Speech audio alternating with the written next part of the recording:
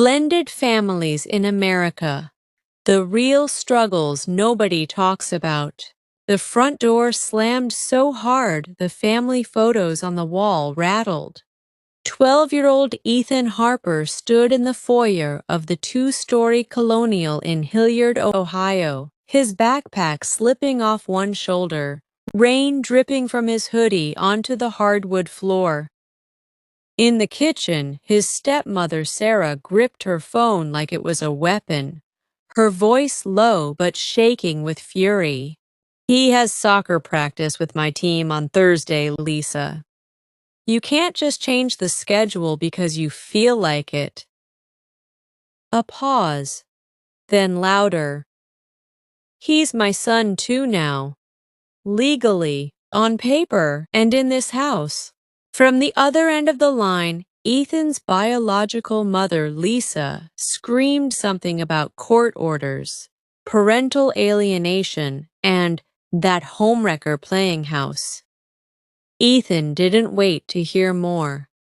He trudged upstairs, passing his stepsister Madison's closed door where bass-heavy music thumped like a second heartbeat of resentment. It was a random Tuesday in October. Just another day in paradise. No one talks about the real cost of blended families. Not on social media, where filtered group selfies at Disney World get thousands of likes under hashtag blended and blessed. Not in the cheerful articles that promise it just takes love and time. The truth is uglier, heavier, and lives in the quiet moments between custody exchanges, child support deadlines, and the slow erosion of everyone's sanity. This is the unfiltered story of the Thompson-Harper family in suburban Columbus, Ohio. 4 adults, 5 kids, 3 last names, and one fragile roof over it all. Mark Thompson, 42, construction supervisor, had believed in second chances. His marriage to Lisa had crumbled under years of arguments about money, his long hours, and her growing resentment. The divorce was finalized after 18 bitter months. A year later, he met Sarah Klein at a school fundraiser. She was 38, recently divorced from Derek, with 2 daughters and the kind of warm, steady presence that felt like healing. Their wedding was modest, a barn venue near Cincinnati, fairy lights, acoustic guitar, and hopeful toasts. Mark's son, Ethan, served as best man. Sarah's daughters, Madison, 13, and Chloe, 10, scattered flower petals. Everyone clapped when the officiant declared, "2 families becoming one." They had no clue what they were walking into. The first cracks showed within months. Custody was 50-50 for Ethan. Week on, week off. Sarah's girls went to their dad Derek every other weekend and one evening midweek. Transitions were brutal.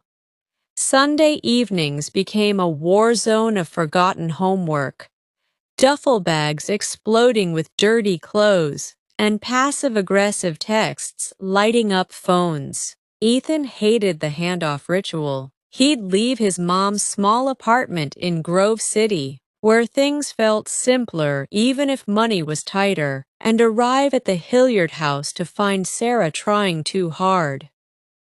Lasagna night. Board game night.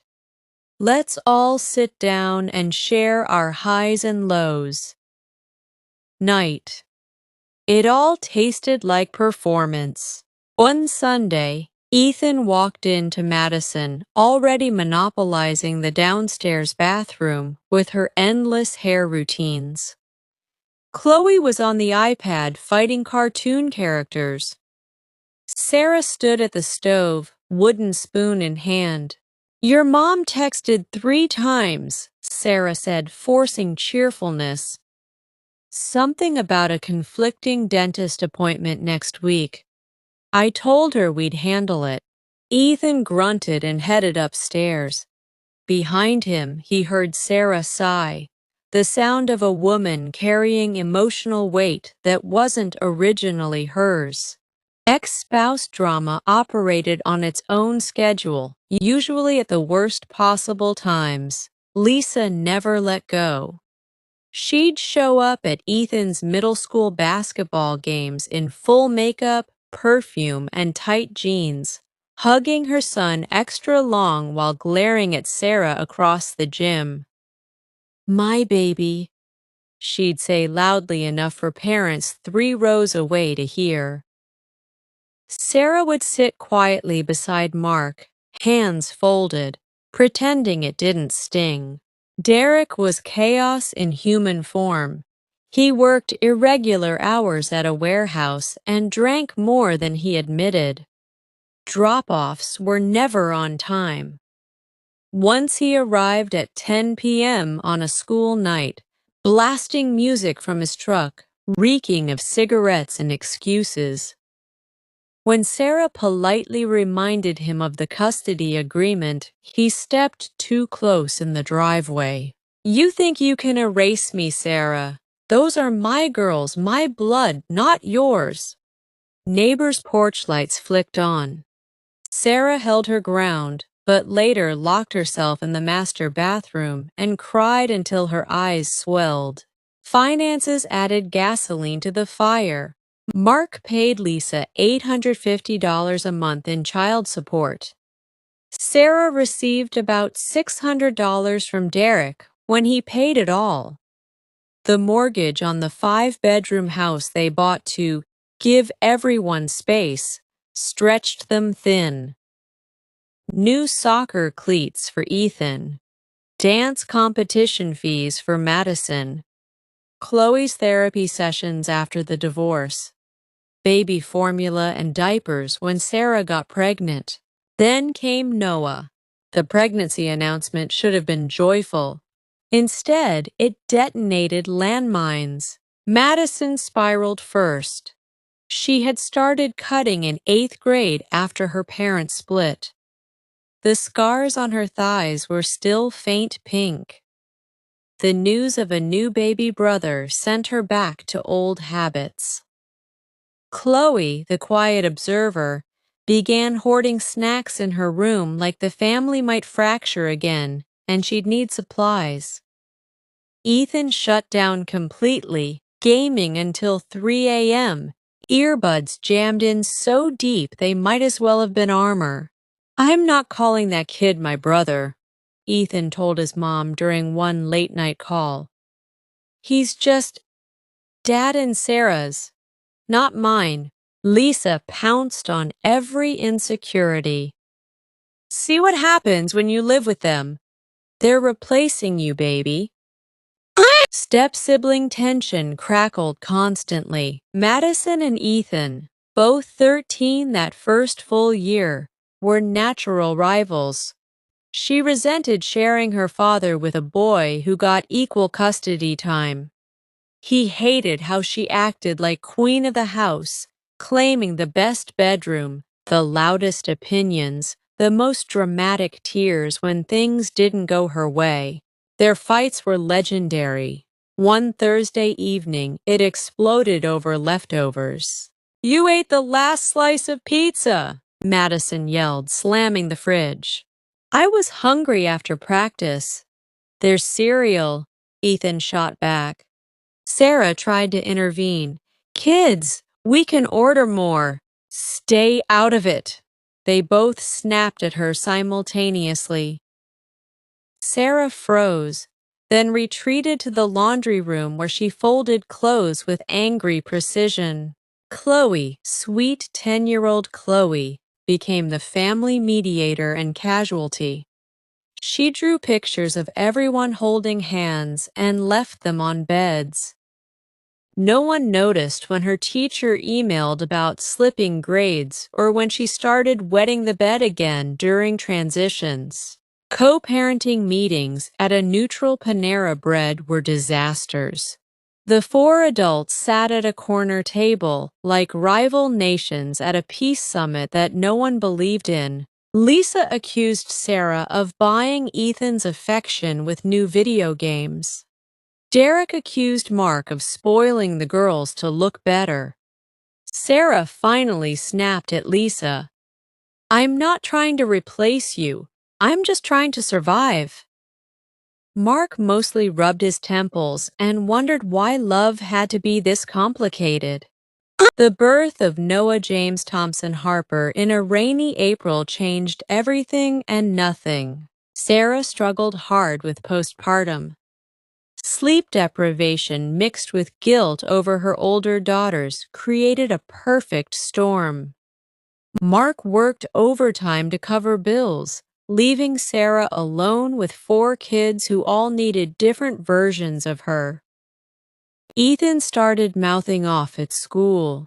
Madison got suspended for vaping. Chloe stopped speaking at dinner, pushing food around her plate. The real breaking point arrived on a gray Saturday. Mark had planned a family bonding zoo trip. Everyone was supposed to wear matching colored shirts Sarah had ordered online. At 8 a.m., Lisa called. Ethan had a stomach bug and couldn't go. Sarah, up since 4 a.m. with a teething Noah, finally broke. "Why can't you ever stand up to her?" she yelled at Mark in the kitchen. "We planned these things for weeks." Madison overheard and started crying about missing her own dance recital because of the zoo plan. Derek texted he'd be 4 hours late picking up the girls. Mark hurled his coffee mug. It shattered against the backsplash, ceramic shards everywhere. "I'm drowning," he roared. "All of you, everyone, just stop." Silence fell like a hammer. That night, Ethan found Sarah on the back porch, wrapped in a fleece blanket, staring into the dark yard while Noah slept inside. For the first time, she dropped every pretense. "I love all of you," she whispered, voice raw. "But some days I feel like the villain in every story.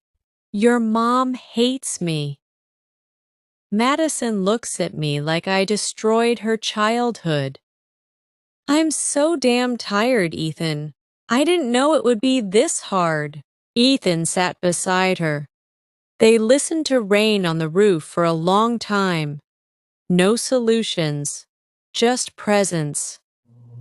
Recovery was slow, ugly, and nonlinear. Mark and Sarah found a therapist specializing in blended families in Dublin, Ohio. They learned brutal truths. You cannot force one big happy family. Kids carry loyalty binds that feel like betrayal no matter what. Step-parents must accept they are additional, not replacements. Ex-spouses may never like you, and that's okay. Your job is boundaries, not friendship. Individual therapy helped too. Ethan worked through anger and guilt. Madison admitted her fear that the new baby meant her dad loved her less. Chloe's art became her voice. Even Lisa and Derek attended a few mediated sessions when court pressure mounted. Small bridges formed unexpectedly. Ethan and Madison discovered they both hated the school cafeteria's mystery meat and started sitting together at lunch sometimes, trading sarcastic commentary. Chloe became Noah's tiny protector, reading him books and declaring, "I'm the best big sister ever." Noah, toddling chaos with Sarah's green eyes and Mark's grin, didn't care about last names. He just wanted everyone nearby. Holidays remained minefields. Thanksgiving rotated between Mark's extended family in Westerville and Sarah's in Dayton. Christmas Eve involved tense negotiations over who got the kids when. Birthdays required spreadsheets, but they adapted. New traditions emerged. Sunday morning pancakes, regardless of custody schedule. A no phones at dinner rule that mostly worked. Annual camping trips where phones barely had signal and arguments had to be faced directly. 2.5 years later, the house in Hilliard looked the same from the outside. Inside, it was different. Ethan, now 15, split time between homes with more confidence. He still vented to his mom but defended Sarah when Lisa went too far. Madison, a competitive dancer, sometimes invited Ethan to performances. Chloe's artwork covered the fridge, pictures of a chaotic but complete family, including stick figures labeled Mom Lisa and Dad Derek in the background. Noah, 3 years old, ran the house like a benevolent dictator, calling everyone Bruta or Sissy. Fights still happened. Ex-texts still arrived at inconvenient hours. Derek still flaked occasionally. Lisa still made snide comments. Money was still tight, but they chose each other anyway. One ordinary Sunday morning, Sarah stood at the kitchen island watching the beautiful mess. Mark flipping pancakes with Noah on his hip, flour on both their faces. Ethan and Madison bickering over syrup, real maple versus the cheap kind. Chloe drawing at the table, tongue out in concentration. Sarah caught Mark's eye. They shared a small, tired, genuine smile across the noise. This wasn't the family they imagined. It was better in its honesty, scarred, stitched together, resilient. The real lessons nobody talks about. Blended families in America are everywhere. Over 40% of marriages involve kids from previous relationships. Yet the struggles remain whispered. The financial bleeding from multiple households. The emotional labor of step-parenting without full authority. Children carrying adult pain. Loyalty conflicts that tear kids in half, and the grief of lost first families that never fully disappears. Step-parents walk tightropes daily. Step-siblings battle for scraps of attention. Ex-spouses carry weapons of paperwork and history. Co-parenting demands maturity most people don't possess on their best days. But many make it work. Not perfectly, not like the postcards. They make it work with therapy, boundaries, humor on hard days, and the stubborn decision to keep showing up. If you're living this reality right now, exhausted, doubting, wondering if it's worth it, no, you're not failing. You're in the trenches of one of the hardest relational experiments in modern America. The repair lines are where the strength shows. Keep going. The family you're building might not look like the dream, but it can still be beautiful. Good luck with your channel. If this story hit home or helped someone feel less alone, hit like, share it, and subscribe for more raw, human-written stories about real American families. Turn on notifications so you never miss an upload. We're all figuring out this messy, beautiful life together. See you in the next one.